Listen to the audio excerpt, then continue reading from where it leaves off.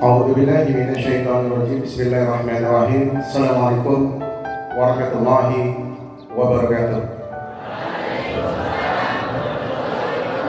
Innal hamdalillah wassalatu wassalamu ala rasulillah la haula wala quwwata illa billah. Asyhadu an la ilaha illallah wa asyhadu anna Muhammadar Rasulullah. Allahumma shalli ala Muhammad wa ala ali Muhammad. Raditu billahi rabba wa bi islami dina wa bi Muhammadin nabiyya wa rasulah. Rabbi zidni ilman wa tuti fahma. Yang saya hormati, saya muliakan rekan seperjuangan, guru dan pegawai SMK Negeri 1 Gantar.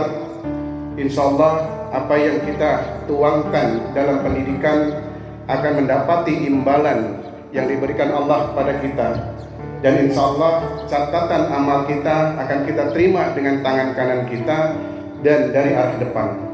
Anak-anakku yang saya muliakan, saya hormati, dan insyaallah dimuliakan oleh Allah Subhanahu wa Ta'ala.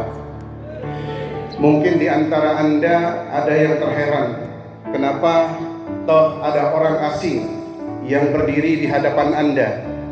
Maka saya tentu akan memperkenalkan diri bahwa saya Haryono Suhendro, asli dari Indramayu, telah diberikan kewenangan, mandat, tugas dari Gubernur Jawa Barat untuk memimpin SMK Negeri 1 Gantar per tanggal 20 Januari 2023. Anak-anakku yang dirahmati Allah, lembaga pendidikan adalah lembaga yang mencetak generasi yang benar di masa yang akan datang. Saya sedikit ingin mengutip bagaimana pernyataan seorang kiai ulama besar. Beliau mengatakan sangat vulgar bahwa Indonesia tidak kekurangan orang yang pintar. Indonesia tidak kekurangan orang yang cerdas, tapi Indonesia kekurangan orang yang benar. Kalau saja semua sekolah mengupayakan pendidikan intelektual di atas dari pendidikan moral, akhlak, maka saya punya keyakinan generasi yang akan datang, generasi yang diciptakan oleh lembaga-lembaga pendidikan mesti tidaklah punya manfaat kecuali untuk dirinya sendiri. Oleh karena itu, lembaga pendidikan tentu haruslah benar, berdiri di atas kebenaran. Untuk menciptakan lembaga yang benar, maka yang paling utama jadi prioritas adalah kepala sekolahnya benar dulu. Kalau kepala sekolahnya benar, maka insya Allah gurunya jadi benar, pegawainya jadi benar. Kalau kepala sekolah berkomitmen di dalam kebenaran, guru ikut serta di dalam kebenaran, termasuk di dalamnya adalah pegawai, maka lembaganya jadi benar. Kalau lembaganya sudah benar, maka generasi yang dicetak pun insya Allah akan jadi benar.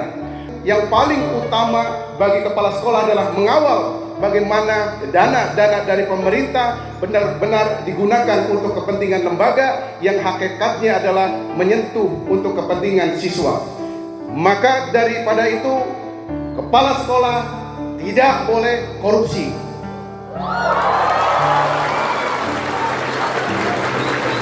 Agar kepala sekolah tidak korupsi, maka saya meminta kepada seluruh pegawai, seluruh guru dan siswa untuk mengamati, mencermati, mentelaah apa yang dilakukan oleh kepala sekolah. Kalau kepala sekolah hari ini saya yang diberikan mandat 1000 saja masuk ke kantong saya dan tidaklah dibenarkan di dalam aturan, maka saya akan mundur. Saya ulangi, kalau saya korupsi 1000 rupiah saja, saya akan mundur. Oleh karena itu, saya meminta kepada seluruh jajaran guru dan tata usaha, di dalamnya adalah pegawai, untuk terus berpartisipasi murni untuk melaksanakan apa yang dimandatkan oleh negara kepada ibu dan bapak semuanya. Paling tidak adalah bagaimana kepala sekolah selalu diamat-amati, dicermat-cermati. Tidaklah benar kalau seandainya lembaga pendidikan menutup rapat-rapat bagi mereka yang punya pendapat. Siswa mau protes kepada kepala sekolahnya, boleh. Mau mengkritik, boleh. Memberikan nasihat, boleh. Bahkan keharusan bagi kita adalah untuk saling menasihati di dalam kebenaran. Ketika saya memimpin, saya tidak akan pernah alergi dengan kritikan, tidak akan pernah alergi dengan nasihat. tidak akan pernah alergi dengan masukan.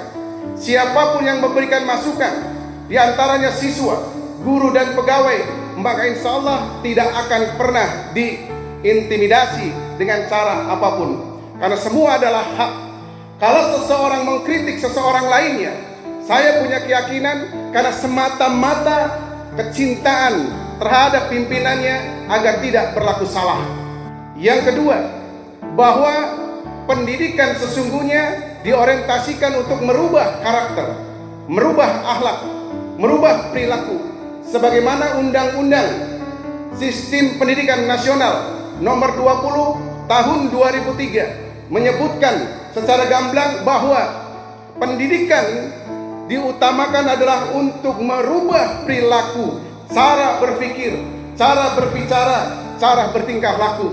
Sandaran yang paling benar yang harus kita pegang teguh adalah Quran dan Al-Hadis.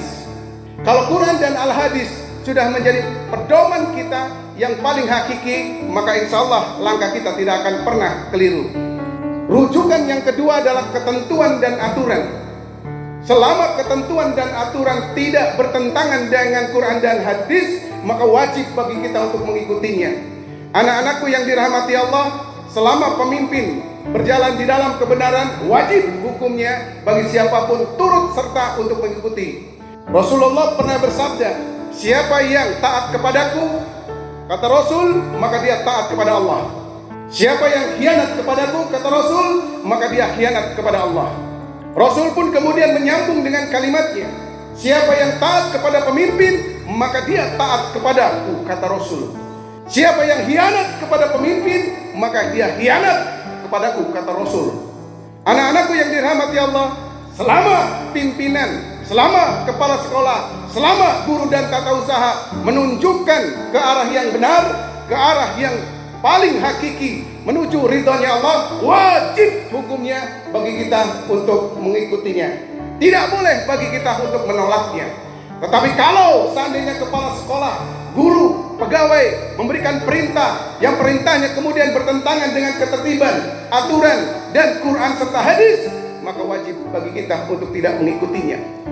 Anak-anakku yang dirahmati Allah, filosofi sholat sudah diajarkan kepada Anda, bahwa imam adalah orang yang memimpin makmumnya.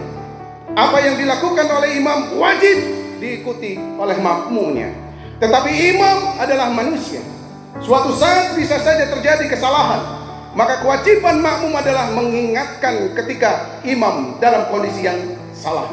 Anak-anakku yang dirahmati Allah, selama saya memimpin Anda semuanya, keterbukaan, transparansi di dalam keuangan akan kita usung. Saya berharap kepada kawan-kawan, kawal uang negara secara baik, agar anak-anak kita mendapati hak-haknya di dalam pendidikan. Fasilitas insya Allah akan kita penuhi sesuai dengan kebutuhan. Maka hari ini setelah upacara selesai, saya memanggil seluruh wakil kepala sekolah, seluruh kaprodi, bendahara, kemudian pembina OSIS dan pegawai untuk duduk bersama membentuk tim transparansi manajemen keuangan BOS dan BOPD.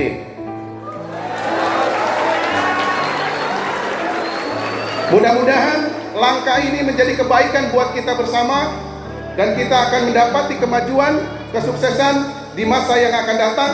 Karena finalisasinya kami berharap Anda semuanya akan menjadi pemimpin-pemimpin yang selalu berada dalam kebenaran.